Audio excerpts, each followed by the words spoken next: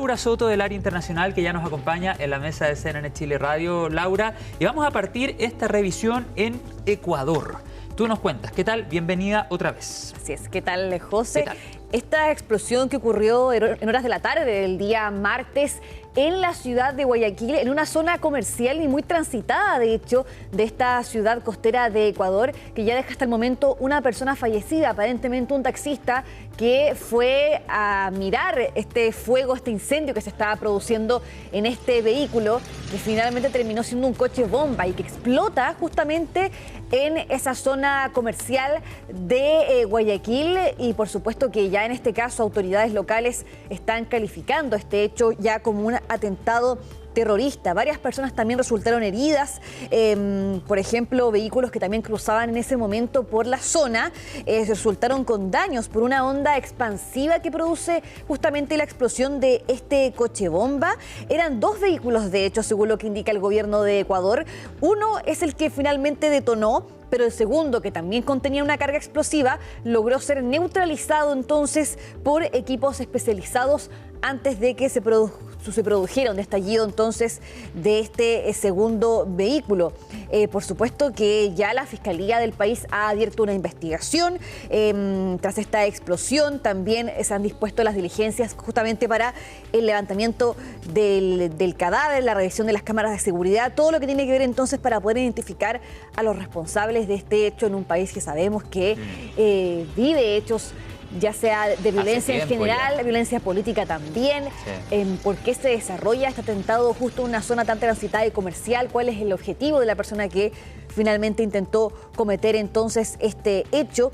Pero lo cierto es que que es una zona también de frecuentes operaciones del narcotráfico, también lo que se indica entonces en los medios de comunicación, según también han informado las autoridades locales. Pese a que es una zona comercial, se puede decir, de un estrato socioeconómico más alto, sin duda que ahí también se registran muchas operaciones de tipo de narcotráfico y que también puede tener que ver con este hecho que ha ocurrido finalmente la tarde del martes. Claro, y en una crisis de seguridad o de inseguridad, para ser más precisos, que se vive en Ecuador hace bastante tiempo y que ha traspasado diferentes territorios del país sudamericano. Laura, vamos a quedar atentos a cómo siguen avanzando en este tema y así surgen o no nuevos antecedentes que puedan esclarecer con certeza absoluta lo que pasó allí. Y claro, y la violencia en la que está sumida Ecuador hace varios años tiene que ver justamente eso con bandas de delincuentes, bandas de organización, narcotraficantes. Es decir, también ese es el problema, la crisis que enfrenta este país hace ya bastante tiempo. Así que vamos a ver qué es lo que arroja la investigación respecto a este impactante hecho que ocurrió finalmente durante la tarde de este día martes en Guayaquil. Ahora vamos hasta Estados Unidos porque el presidente de dicho país, Donald Trump, ha anunciado un nuevo ataque a un presunto barco narcotraficante, esto en aguas del Caribe. Con ello él informa de que 6 personas finalmente fallecen en medio de este ataque que se produce, recordemos, en medio de estas tensiones, ¿no es cierto?, por estos buques estadounidenses que se han apostado frente a las costas venezolanas, también como una cierta forma de amenaza ante los grupos narcotraficantes que pueden estar saliendo desde Venezuela con dirección a Estados Unidos. Y en este caso entonces esas mismas imágenes que ustedes ven ahí en pantalla fueron compartidas en Truth Social por el presidente de Estados Unidos en un mensaje en el cual él dice: bajo mis autoridades permanentes como comandante en jefe, esta mañana el secretario de Guerra ordenó un ataque cinético letal contra un buque afiliado a una organización terrorista designada. Esto ocurrió el día de ayer, que realiza narcotráfico en el área de responsabilidad del Comando Sur de los Estados Unidos frente a la costa de Venezuela. La inteligencia confirmó que el buque traficaba narcóticos, dice, estando asociado con redes narcoterroristas ilícitas y que transitaba por una ruta conocida entonces de esta organización terrorista designada. Y también se refiere entonces que 6 personas narcoterroristas, los llama, murieron a bordo y que este ataque ocurrió en aguas internacionales. Laura Soto, ¿hasta ahora ha habido algunas respuestas desde el régimen de Nicolás Maduro sobre este hecho en particular?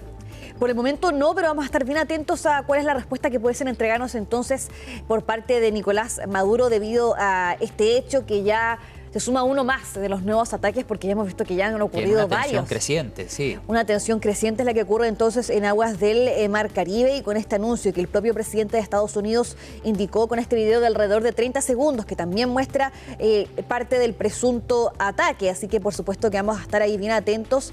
Lo que sabemos que desde antes, ¿no es cierto?, Nicolás Maduro ha rechazado reiteradamente estas acusaciones, por supuesto, de liderar una organización narcotraficante, una organización criminal. Es algo que él ya ha negado en reiteradas ocasiones, pero de todas formas la presencia, en este caso de Estados Unidos, sigue todavía ahí firme en aguas del Caribe, en aguas internacionales, pero frente a la costa venezolana, que es lo que hemos visto, por supuesto, ya en los últimos meses. Ahora vamos al último tema, porque todavía continúa, por supuesto, este cierre del gobierno de Estados Unidos, que ha significado en este caso el anuncio por parte de la Casa Blanca del despido de más de 4.000 trabajadores federales. Ahora se ha indicado una cifra exacta respecto a cuántas personas se han despedido. No me refiero en el fondo del gobierno, en este caso, 4.108 trabajadores federales, esto desde el 1 de octubre solamente, que se han despedido entonces a todas estas personas, según lo que ha indicado en este caso la Casa Blanca ya en su último reporte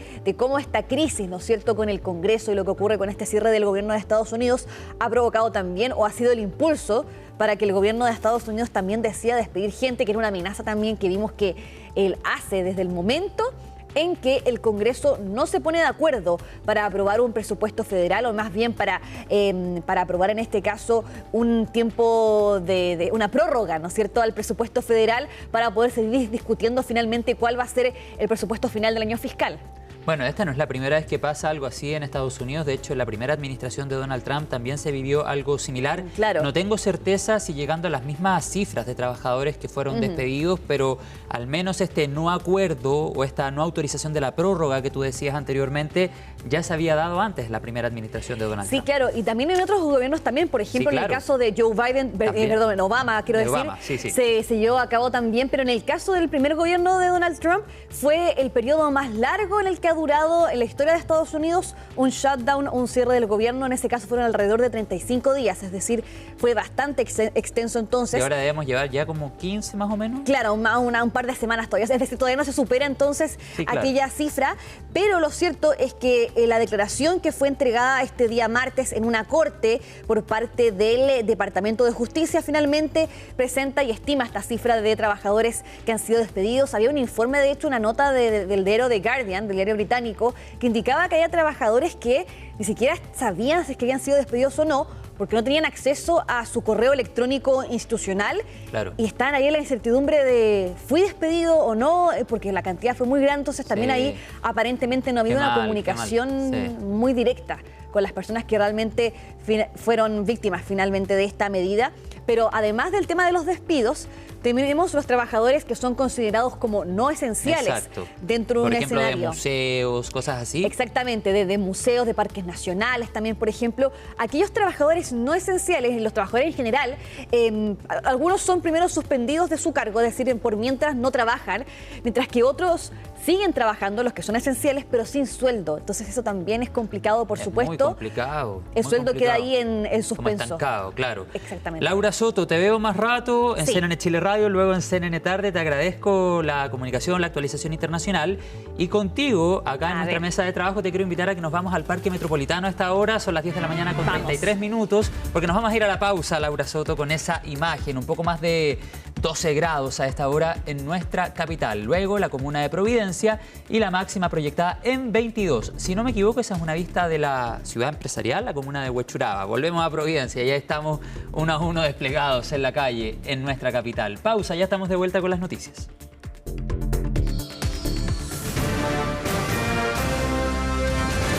Hacemos una pausa y ya regresamos con CNN Chile Radio, AM.